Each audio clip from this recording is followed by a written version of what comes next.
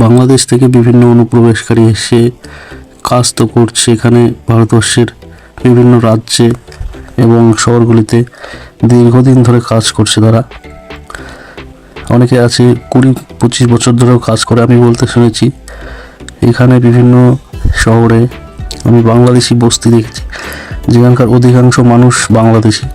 এমনকি আমি এক জায়গায় ব্যাঙ্গালোরে ঘর ভাড়া নিয়ে থাকতাম, যে ঘরের মালিক হচ্ছে বাংলাদেশি।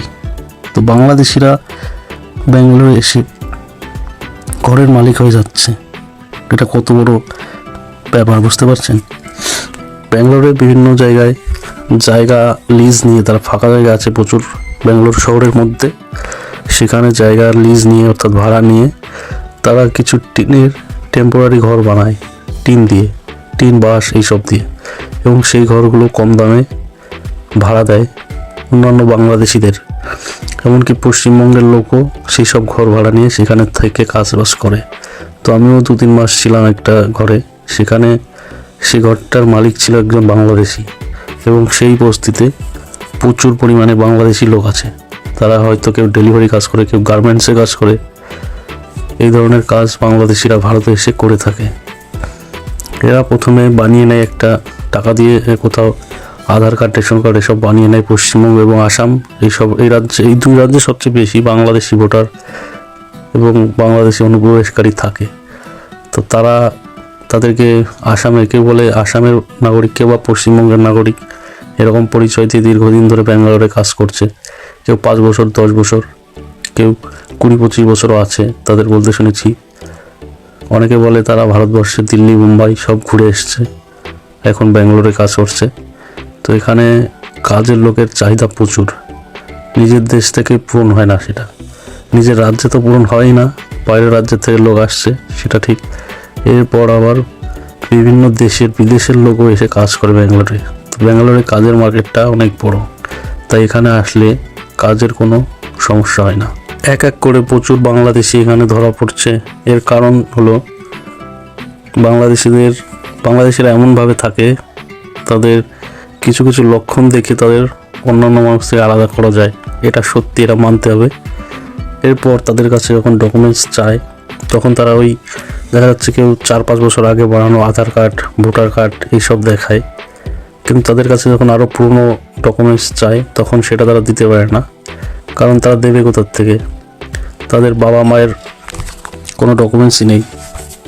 এছাড়াও কিছু কিছু কোম্পানি আছে যেখানে যারা বিভিন্ন কাজের লোক সাপ্লাই করে, যেমন সিকিউরিটি গার্ড এবং হাউসকিপিং, এই ধরনের কাজগুলো সাধারণত বাংলাদেশিরা করে থাকে।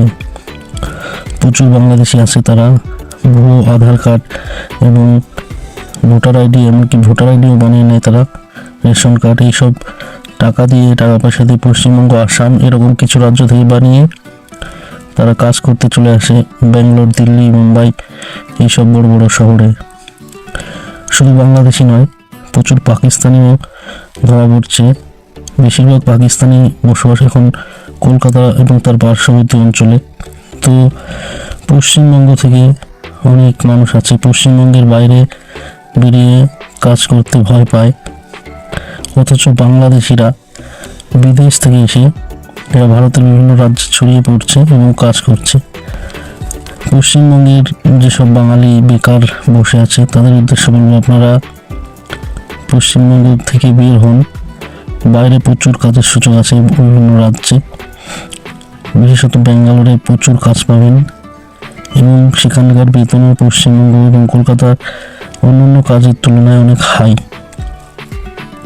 তো একজন বাংলাদেশি যদি তার নিজের দেশ থেকে বের হয়ে এসে কাজ করতে পারে, তো আপনারা একজন ভারতীয় হিসাবে কেন অন্যান্য রাজ্যে গিয়ে এই কাজগুলো করতে পারছেন না? কিসের ভয় আপনাদের? তো ভয়কে দূর করে আপনারাও চলে আসুন ব্যাঙ্গালোর, দিল্লি, মুম্বাই, প্রচুর কাজের সুযোগ আছে, বিভিন্ন প্রতিষ্ঠানে নিয়োগ চলছে, এখন প্রচুর ভ্যাকেন্সি রয়েছে, এই সুযোগটা কাজে লাগাতে পারেন। আমি বিভিন্ন সময় কাজের আপডেট দিয়ে থাকি এবং ব্যাঙ্গালোরের বিভিন্ন কাজের পোস্ট করে থাকি, বিভিন্ন ওয়্যার হাউস, ডেলিভারি এবং এয়ারপোর্টের কাজেরও আপডেট দিয়ে থাকি। তো আমার চ্যানেলটি সাবস্ক্রাইব করবেন বিভিন্ন কাজের আপডেট পেতে।